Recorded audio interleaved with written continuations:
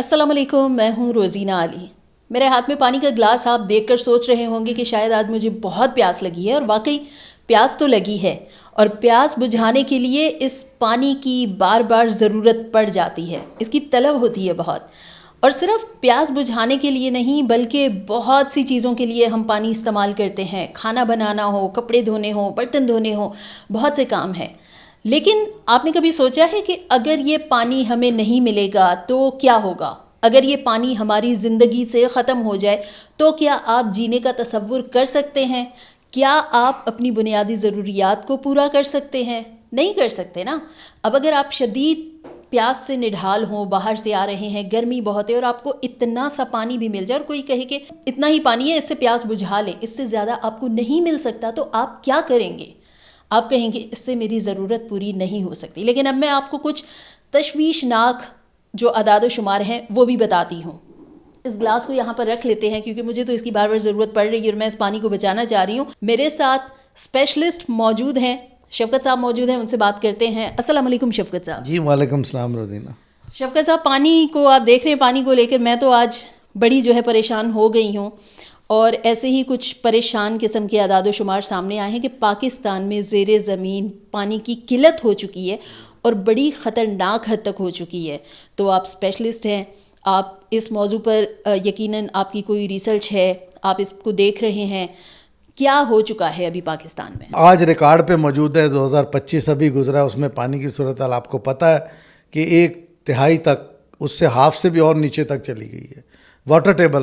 اب میں نہیں کہہ رہا، اب ہر گھر میں لوگ محسوس کر رہے ہیں، جنہوں نے اپنے گھروں میں پانی کے لیے بور کیا ہوا تھا ان کے پانی کے لیول اور نیچے جا رہے ہیں، اور یہی بیرومیٹر جو اب سٹیزن کے لیول پہ محسوس ہونے لگا ہے۔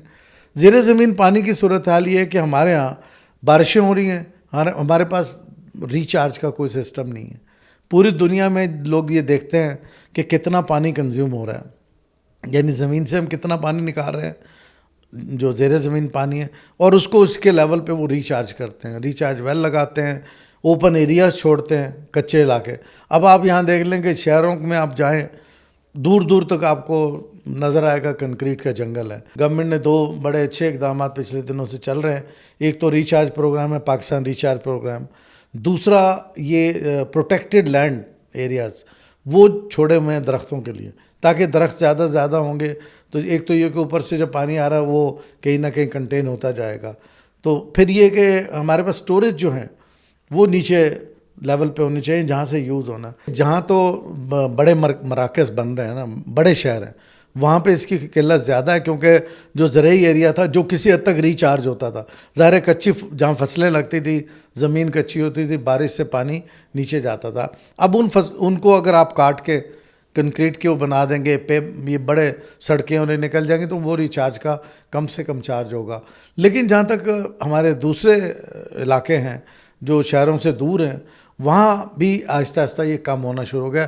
اور دیہاتوں کی میں مثال آپ کو یہ دوں گا کہ اب ٹیوب ویل جو ہے، جو ٹیوب ویل لگاتے ہیں دیہاتوں میں، کیونکہ اب پہلے نہری نظام میں نہری پانی بہت آتا تھا، وہ بھی یہی ٹریبیوٹریز دریاؤں کا سسٹم، اب پانی وہاں کم ہوا تو بڑی تیزی سے ٹیوب ویل آ گیا۔ ٹیوب ویلس کیا کر رہے ہیں، آپ سولر لگا دیتے ہیں، بھول جاتے ہیں، بجلی کا بل بھی نہیں آنا، پانی جو ہے نا آپ کا نکل کے ضائع ہو رہا ہے، اور کوئی یہ نہیں سوچتا کہ اس زمین میں جب یہ پانی نہیں ہوگا یا ریچارج کا کوئی سسٹم نہیں ہوگا تو دوبارہ ہم پانی کیسے نکالیں گے، پھر وہ خشک ہو جاتا ہے۔ سر، یہ جو آپ ٹیوب ویل کی بات کر رہے ہیں، ایس ڈی پی آئی میں ہی ایک جو رپورٹ آئی ہے سامنے، جس میں بتایا گیا ہے کہ پنجاب میں جو 3 لاکھ اور کچھ 30 یا شاید 33 ہزار کچھ ٹیوب ویل تھے، اب وہ 1.2 ملین تک ان کی تعداد بڑھ چکی ہے۔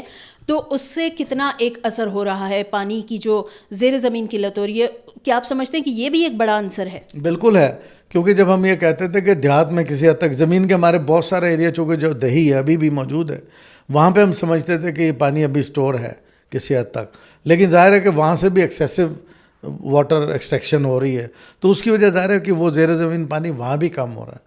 نتیجہ کیا ہے کہ اب آپ یہاں چلے جائیں، بہت ساری لوکیلٹیز اگر آپ وزٹ کریں تو وہ سارے ہاؤس ہولڈ، خاص طور پہ جو ان علاقوں میں پنڈی اسلام آباد بھی دیکھ لیں، باقی بھی ان کو ٹینکر پہ گزارا کرنا پڑا ہے۔ کراچی میں بہت سارے ایریاز جو ہیں، یعنی پانی کی سپلائی ہی 50% ہے ڈیمانڈ کے مقابلے میں، تو وہ ظاہر ٹینکر بیسڈ ہوگا سارا۔ تو یہ ٹینکرنگ کا جو ایک کانسیپٹ ہے، یہ ایک بہت بڑا بزنس بھی ہے اس کے ساتھ۔ تو ظاہر ہے کہ وہ پھر اسی حساب سے زیادہ پیسے کماتے ہیں. ظاہر پانی پورٹیبل لے کے آتے ہیں اور اس کو بیچ رہے ہیں. پانی بیچنے کا ہمارے یہاں جو ہے نا ایک بڑا عجیب کنسیپٹ ہے کہ ہم سمجھتے ہیں کہ جو پانی ہمارے نل میں آ رہا ہے نا یہ this is free for everyone. ہم اس کو جتنا مرضی استعمال کریں ضائع کریں. اگر لوگوں کو پتہ ہو کہ یہ پانی کتنا قیمتی ہے, کم ہو رہا ہے, تو اس لیول پہ اویئرنیس کی ضرورت ہے تاکہ وہ لوگ خود سوچیں اپنے ایریاز میں کہ پانی نیچے کیوں جا رہا ہے. سارے ریسورسز پہ امپیکٹ ہو رہا ہے, پانی پہ ہو رہا ہے, خوراک پہ ہو رہا ہے, گندم ہمیں باہر سے منگوانا پڑ رہی ہے, بڑی آبادی کو فیڈ کرنا. اب آپ یہ دیکھیں کہ پاکستان میں جو 3 بڑے مسئلے ہمیں سوچنا چاہیے, آبادی اس میں سب سے بڑا مسئلہ ہے, کلائمیٹ چینج, اور اس سے جڑی ہوئی چیز جو ہے نا بایو ڈائیورسٹی, کیونکہ وہ آپ کا سبجیکٹ بھی آپ نے اس پہ کافی کام کیا ہے. تو اس کو اگر آپ یہ ملا کے دیکھیں تو الٹیمیٹلی 80% اس کا تعلق پانی سے ہے. پوری کلائمیٹ کی اگر آپ سائنس دیکھیں, کلائمیٹ کی پالیسی ڈیبیٹ دیکھیں, 80% پانی سے ریلیٹڈ ہے. تو یہ جتنا پانی کم ہوگا ہماری بایو ڈائیورسٹی تو ڈیفینیٹلی اسے اتنی ہی امپیکٹ ہوگی. جی بالکل ایسا ہی ہے. 2 چیزیں ہیں. ایک تو پانی کو واٹر اس کی ہارویسٹنگ ہے. جب پانی بارش سے آ رہا ہے اس کو کیسے بچانا ہے, اور جو پانی ہم یوز کریں اس کو کس حد تک کس پرپس کے لیے ری پرپس کرنا ہے تاکہ وہ دوبارہ یوز ہو سکے. تو اگر دیکھیں نا ہمارے یہاں پائپ لائن جب ڈالتے ہیں گھر بنانے کے لیے یا کوئی بھی بلڈنگ, ڈرینیج کا ایک ہی پائپ بنا دیتے ہیں, کیونکہ کچھ پانی ایسا ہوتا ہے جو تھوڑی سی ٹریٹمنٹ کے بعد آپ کی گارڈننگ کے, واشنگ کے, بہت ساری چیزوں کے کام آ جاتا ہے. اگرچہ ظاہر پینے کا تو ایک سیپریٹ پروسیس ہے. ہم وہ بھی نہیں بچاتے, وہ بھی ہم سویٹ واٹر یوز کرتے ہیں.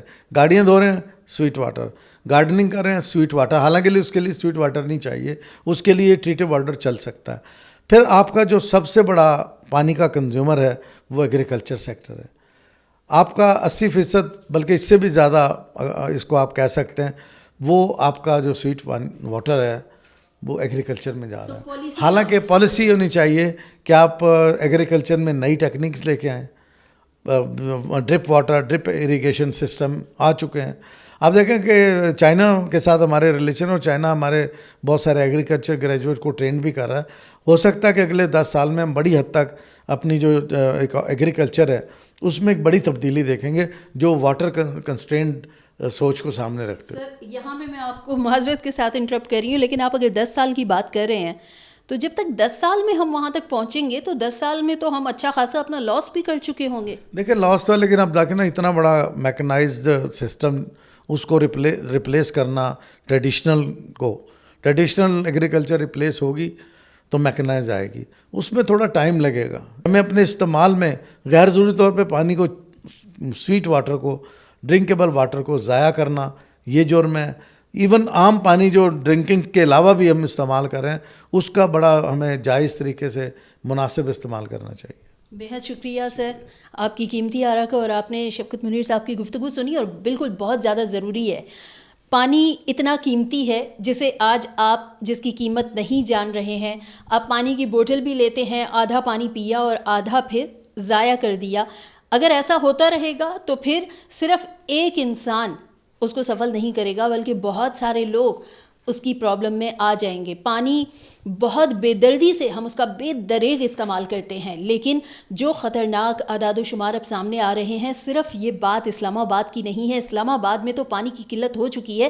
بہت سے یہاں پر ایسے ہیں رہائشی جن کا گزارا ہے ٹینکرز پہ, اور جو اس سے روز ہر اس مشکل کا سامنا کر رہے ہوتے ہیں. لیکن اسلام آباد کے ساتھ ہی کراچی کے لیے صورتحال بہت تشویشناک ہے, کوئٹہ کے لیے تشویشناک صورتحال ہے.